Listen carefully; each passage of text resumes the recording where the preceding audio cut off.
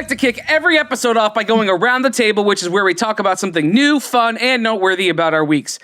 But it's Christmas week, so Merry Christmas to everybody. Merry Hopefully, Christmas. Are you the Green Giant? Yeah. Hopefully you watched our special episode yesterday. It was a very special Christmas episode just for you guys. If you didn't, go back and watch that because it's a good time. But Merry Christmas to everybody. But Patrick, what is your week all about? Yes, so two primary things I want to talk about. One is the documentary Icarus. So there was a thread that popped up that said Icarus was getting re-released in theaters since the December 5th announcement that Russia is being banned from the, 2018? Winter Olympics. Mm-hmm. And I didn't understand the connection. I knew the documentary had something to do with doping. But going through Netflix, popped up, decided to watch it. And fascinating. The documentary starts out, and this is... I'm going to leave out a ton of details. But basically, the documentary starts out where a filmmaker says, and he's like also an amateur bike racer. Okay. He picks this bike race that is like considered the toughest amateur race in the world. And he says, I'm going to do it 1 year clean. And then the next year, then I'm going to use all these legal substances during the year and do it next year dirty. But see if I can, number one, improve my performance, and number two, evade all of the testing. Because he wants to find out how easy or difficult it is to evade the testing. He didn't state this publicly. He did this on the back end, right? Because otherwise, he's not telling the race promoters. That was his hypothesis for this film, right? So that's how the documentary starts, and that's what he heads into. Through a set of circumstances, the guy that is coaching him through his doping is the guy that is the head of anti-doping in Russia and manages like all the Olympic athletes. Oh, it's like this total crazy chain of events. Long story short, by the time that this is over, this guy, Grigory, has fled Russia after he was going to be murdered. They have released all this stuff public. Russia has been banned from the Olympics. All this kind of stuff happened. So a filmmaker that set out to see if he could cheat an amateur race, by the end of it, has dismantled this entire sports and doping program in Russia.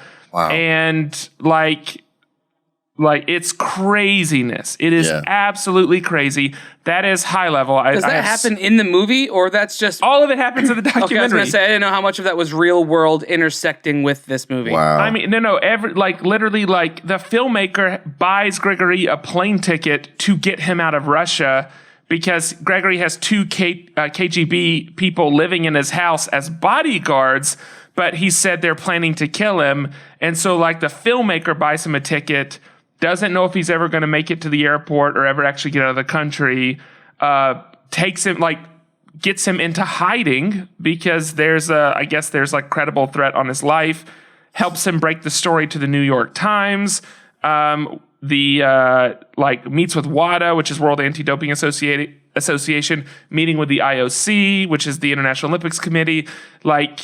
You watch all of this unfold in incredible, incredible detail, and it is captivating. It's a little bit over 2 hours long. Wow. And I'm telling you, once you start it, you won't be able to turn it off. Fascinating. You learn so much. And the depth of the fraud that they were performing it's unreal. It is unbelievable. And so you have to watch it. That's nuts. Yeah. So that's Icarus. I have a lot more I want to say about it. I'm going to wait till you guys see it, and then we can talk a little bit more in depth. And then the other thing I just wanted to show off is this little guy right here. Oh, who is Groot. that? Groot. That's how you're going to do it after how you set up the thing before? I just want to, but do you see him? Yeah. It's Baby Groot. So if you're not watching video, which you should be, this is Baby Groot by Mike Mitchell. And they actually did an adult Groot and a baby Groot. And they also did a rocket. The rocket and the adult Groot are larger. The baby Groot is pretty small. It's only a 5x7.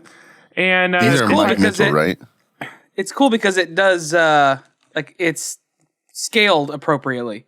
Right. Like if you get Rocket and then you get Baby Groot, it's like a tiny Yeah, it's a 5x7. This was a timed release that they did a while ago. They sold a few of them because this is out of -600 out of 1,355. What's yours at, Andrew? I'm $3.99, bro. See, you pulled the trigger faster than me. I did. But I love Groot more than you do. I also have a lot more vested interest in Guardians of the Galaxy than you do. You own stock in Guardians of the Galaxy. There's 885 rockets, so there's almost twice as many Baby Groots as there are rockets. Did you get the adult Groot?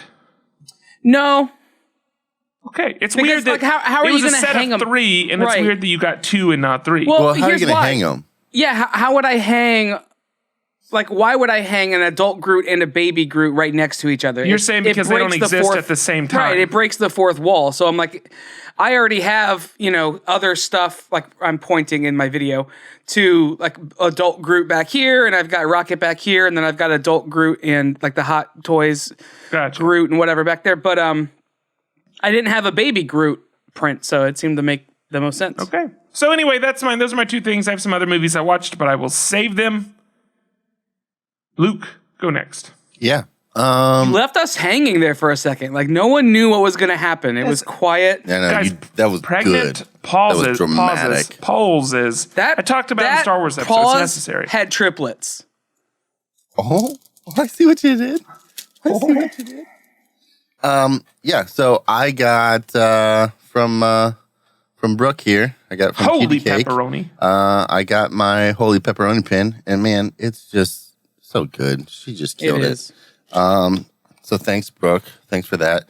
The other thing I got, it's right here, is my special present from my Secret Santa, Mr. Jay Ratner. Thank you, Jay. That's a Ghostbusters Monopoly, and I'm assuming that's a USAopoly made game. It is. Same people that made the Thing game.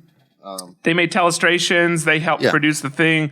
I don't think Affectionate Outpost. The Thing wasn't USAopoly. It was. No, it's Project Ray Gun, which is a subsidiary of USAopoly. Sure, but that's the parent company. So, I mean, all right, Andrew is more correct though because I'm with you. Yeah, whatever, it's fine. But check out what the houses are and what the hotels are. So the houses, this might be hard to see because of the camera. A little proton pack. Oh, sweet. That's what that is. Trying to get the other camera ghost focus. Houses. And so that's the houses, and then the hotels are the fire station. Oh my gosh, that's a book. Oh, it's a fire station. The fire station. I can see how that's a little confusing. Focus. Do you know what'd be really cool? Like if Ghostbusters had been set in a city that had houses and hotels that they could have modeled those after, then that would have been a great tie-in. That's true. But then also all the player pieces. It's funny because it's in New York. Yeah. And they have both of those Actually, things. the houses and hotels could have been the same building. They could have just reused it. Well, so that's why you can't do houses and hotels in New York because the houses don't look like houses. You could do a brownstone and a Trump Tower. Absolutely, you could. Yeah. I think all of them should have been the Trump Tower. Check out the pieces. Oh, that's great. That's one of the pieces. Is that pewter? You need to say what it is. This is an audio show. Okay. What is it? This is the, I don't know. I don't remember the official name. It's the Actometer 4000. It's the reader that they used in the library to find the spectral frequencies. I like Actometer. Let's just assume it's Actometer. This is the Nard Dog. Yeah, that's the Nard Dog. The dogs from the top of the building that get summoned. Gosh, I'm having a real hard time with this other camera. There's a minimum depth. There's a minimum depth. I get it. There's a minimum. You don't understand how I know cameras how work. this And works. of course, proton pack. Yep. So before you said proton pack for the pieces, but it wasn't a proton pack. The trap. It's the trap. Sorry, I was wrong. It was the trap. That's the reason I said it looked like a ghost house. Yeah. Yeah. And then that's a Slimer. And hey, buddy. 2 more. Hey, little slimy buddy. Oh, the scale is off. Stay Puff. Hey, have you played the Ghostbusters by Cryptozoic? No, I have not. It didn't look good. And so, But the thing is about it, Cryptozoic. but the pieces are to scale, yeah, which is what's The cool. Ecto-Wagon is what we're looking at now. Yeah, we are. the Ecto 1. The Ecto-Wagon. The But- It's a Ectometer. wagon. Is it a Nova? Or is it, what is the car? It's a hearse. It's an old hearse. Oh. So we should state for the record, Patrick has never seen Ghostbusters. Yeah. I've seen Ghostbusters. But all of, as you expect, the remake with all the women. of the properties are different. You have, instead of the railroads, you have a taxi cab, subway car, fire truck, and a police car. And then you have, for your cards here, you have I Ain't Afraid of No Ghost cards, or I am afraid of some ghost cards. Who you going to call cards instead of your chance and community chest. So It's a 1959 Cadillac Miller Meteor. okay, cool. You know, using a Miller Meteor, they call it an Ecto-Wagon for short. using a Miller Meteor to deliver pizza would be smart. Yeah. So yeah, I got that from Jay. We're gonna probably play it tonight because the boys know how to play Monopoly, so that'll be fun. The other thing That's because Jay is an all-American family man. yeah, he's a good dude. The other thing I got a new case for my phone.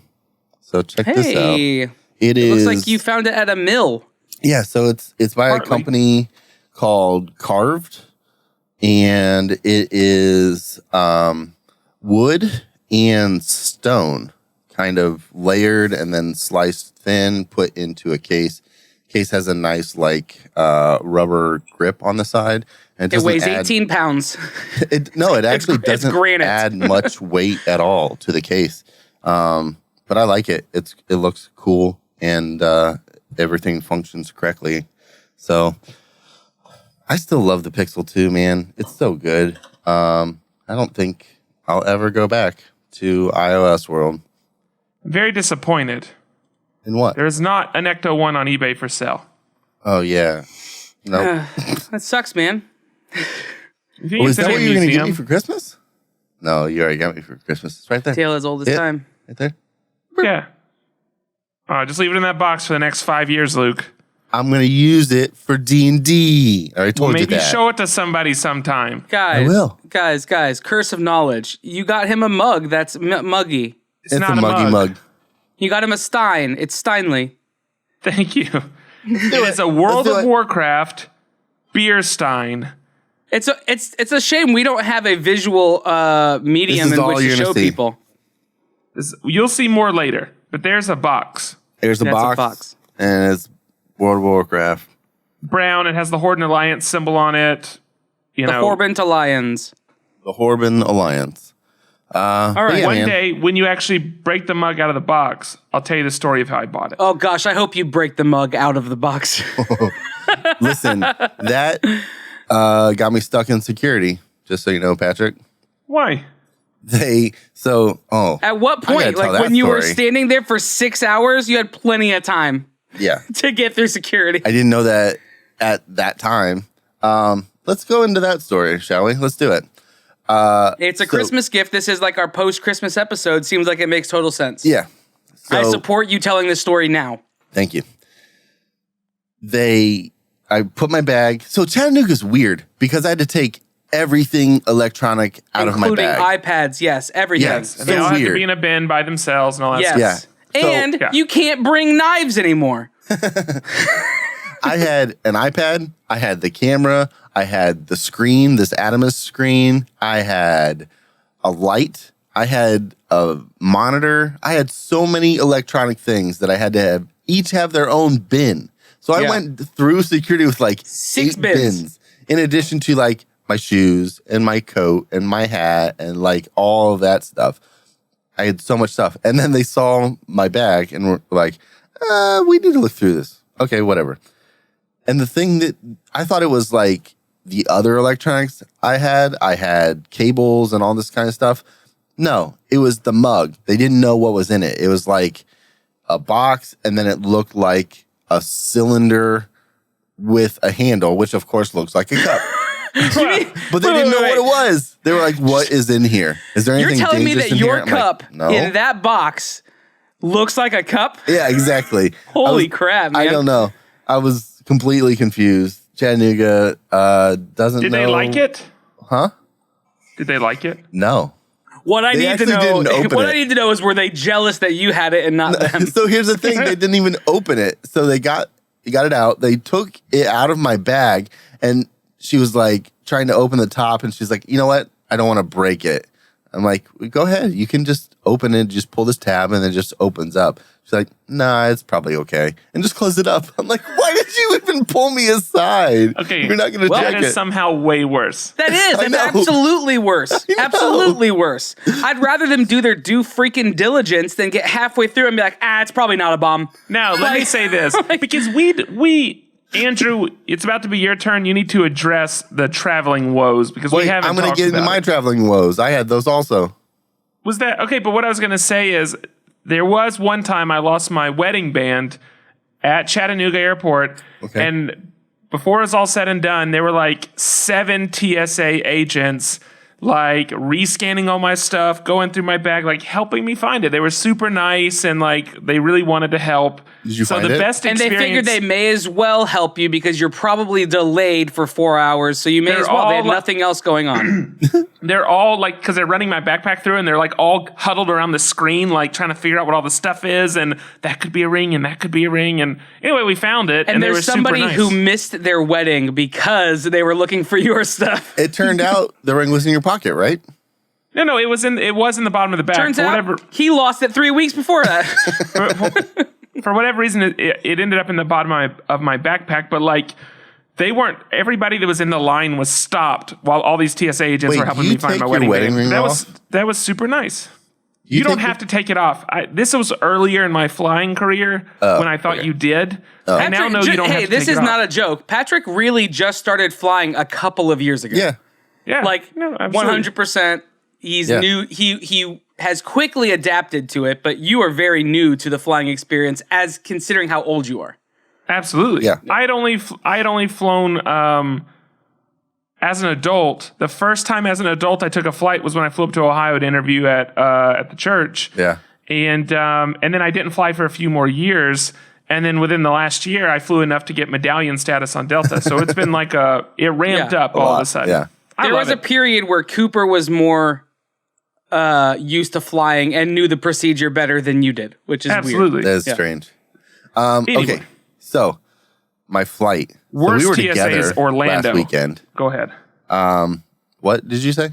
The worst TSA experience of mine has been MCO, Orlando. All right, go ahead. You know what? My experience at Chattanooga wasn't bad. It was funny. It was like you need to check all the stuff, and then once you actually get to the thing you're looking at, you're like, nah, forget it. That was funny. Yeah. So I got to the airport, plenty of time. All of that getting through security was really only 15 minutes. It didn't take much time at all. Really fast. I got waiting for my flight. I'm laughing because I was making a face into the camera Okay. just to make a face, and then I realized, oh wait, people are gonna see this. It was legitimately like a. Oh wait. So my flight was supposed to board at 6:15, leave at 6:55. We're waiting, and everything had happened in Atlanta. There was a fire, took out the power and their backup power, so all flights were grounded starting at like 1:30 that day. So things were diverted to Chattanooga.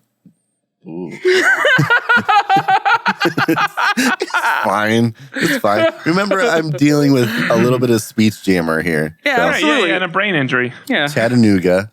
Things were diverted to Chattanooga. That's a hard thing to say. Just Don't period. say it Yeah, anymore. diverted We to get the Chattanooga. idea. I'm not Yeah, saying anymore. diverted to You know Chattanooga. what I Seems really mean. simple to both of us. And then flights were delayed because I leave at 6:55. Our flight gets delayed because Chattanooga to Detroit runs all day, but they changed crews. So our crew was coming from another place, got delayed because they weren't able to fly from wherever they were to get to the airport. Because of Atlanta. So it went from 7 o'clock to 11. And so I'm waiting in line at this gate to try and figure out what I need to do about my connection, because I was flying Chattanooga, Detroit to Akron, Canton, and it was at 9:30, so I was going to miss that. So I'm waiting in line. I get to the front, the gate agent leaves, doesn't come back. Yeah, I know, because you got to the front around 9:30. Yes. And then suddenly it's 10:15, and you're still like, we're not still sure what you're waiting doing. to hear back from you. So I'm waiting. I wait about 20 minutes. People in the line behind me go to another line, start getting helped. All right, fine. I'll go over there. I'm waiting in line. I ask these people, are you waiting in line for the gate? Yes, we are. Okay, cool. Wait here. They announce they can board at this other gate. All these people start going. They were waiting for their flight, not for the agent. So I'm waiting behind people that aren't waiting in the line. And it worked out because the lady at the gate was helping somebody on the phone for like an hour anyway. So I get up to the front. She's like, well, let me check and see. She looks and says, oh, your connection was delayed. If you get on the flight, you'll be able to get to Akron, Canton. It's going to leave later. You go back at like 3 a.m. Okay, cool. Get on the plane. Captain comes on. Hey, we have to de-ice. And the guy is not here. So we need to call him in from home to come and de-ice the plane. So we wait about a half hour. In that time, I get a notification. My connection's canceled. So I'm stuck on a plane going to Detroit with no flight. So I'm like, crap. All right, well, I got to just go into airplane mode.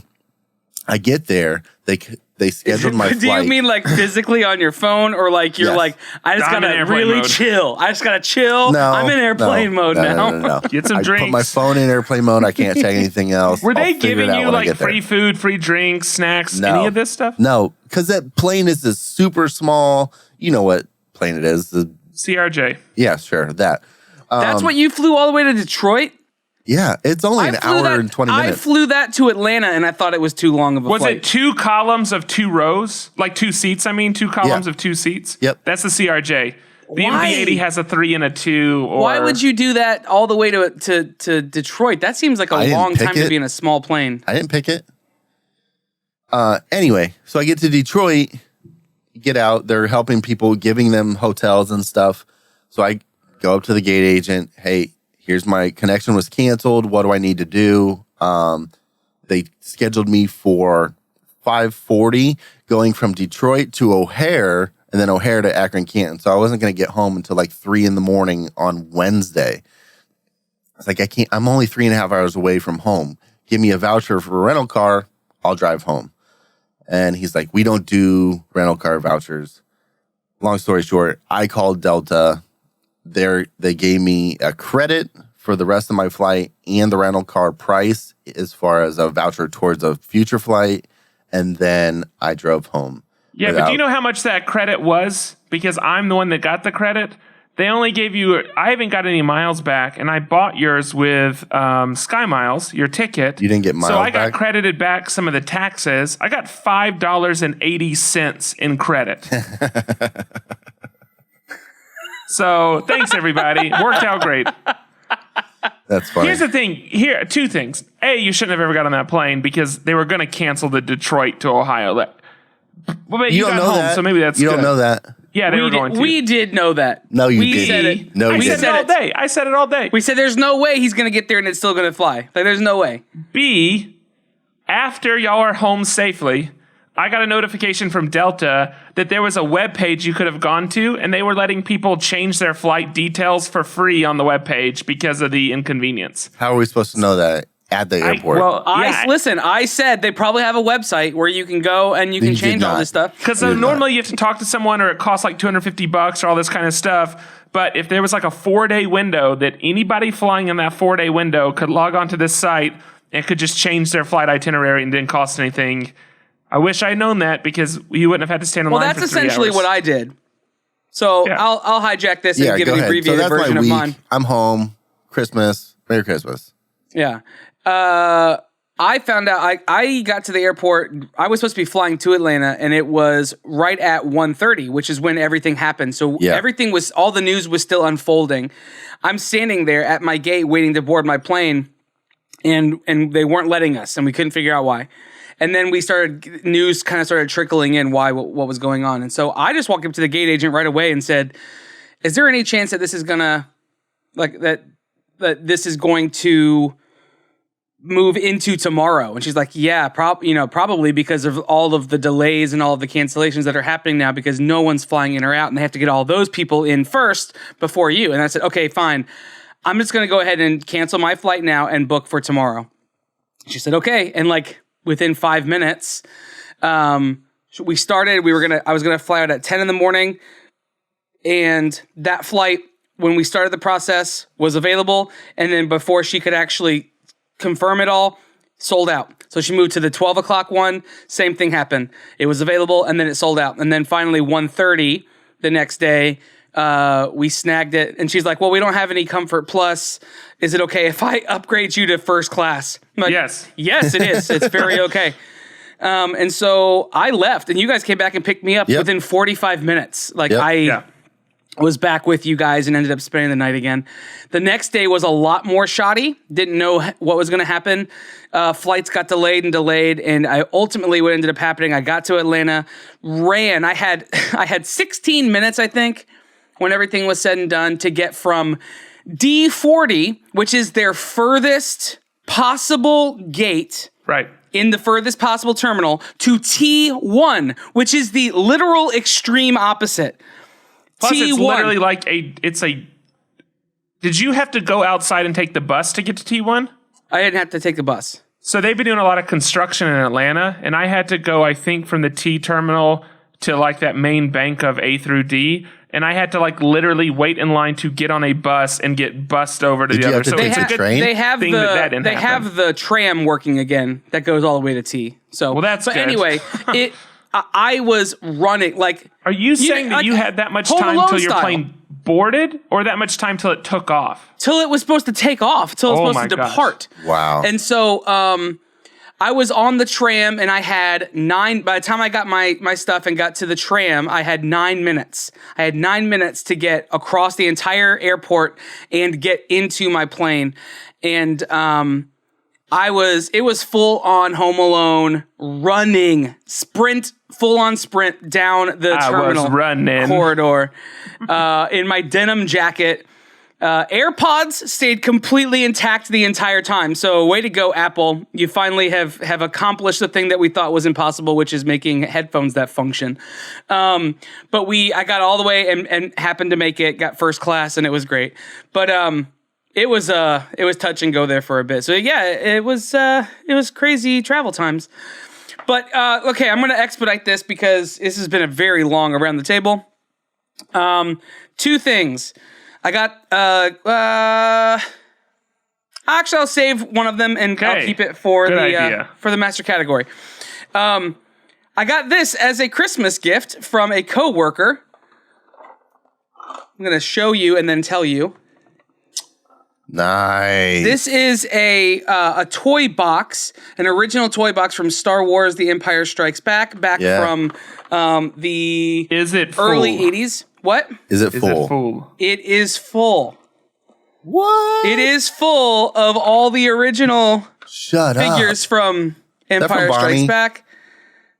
I'm going to try to show you. There's Yoda with his actual cloak and stuff intact. It's is that from Bonnie? Leia. It's not from Bonnie. It's from a coworker, Summer. But it's got Leia with her plastic. Yeah. With even all the details still fully intact on her cloak. And then, so that's tray 1. Here's tray 2. It's missing 1 droid. But otherwise, a full tray. Have you just been laying on your stomach in the floor playing with these since you got them? It even has like all of the it even has all of the like the backers and things that came with the toys, including like the sheet that has the list of toys, and then it had this the way that the cases used to come. It came with these little stickers so you could label all of your like all of your trays so that you know who goes where. Anyway, Yeah. She showed them to me. She said that her husband still had them and they were just going to donate them or get rid of them. She said, can we get money for them? And I said, yeah, you could probably get a couple of $100s if you were to piece them out, each individual toy, but it'll take you some time to do that. She's like, okay, cool. Well, you can have them for Christmas then. Merry Christmas. Wow. We don't want to take the time to do that. I'm like, awesome. I'll totally take them. So anyway, that was a very happy Christmas gift. Can I have one? Yeah. Just come fly over here and pick one up. I'll let you pick whichever one you want. It can be one of the stormtroopers. Great. That's all I wanted.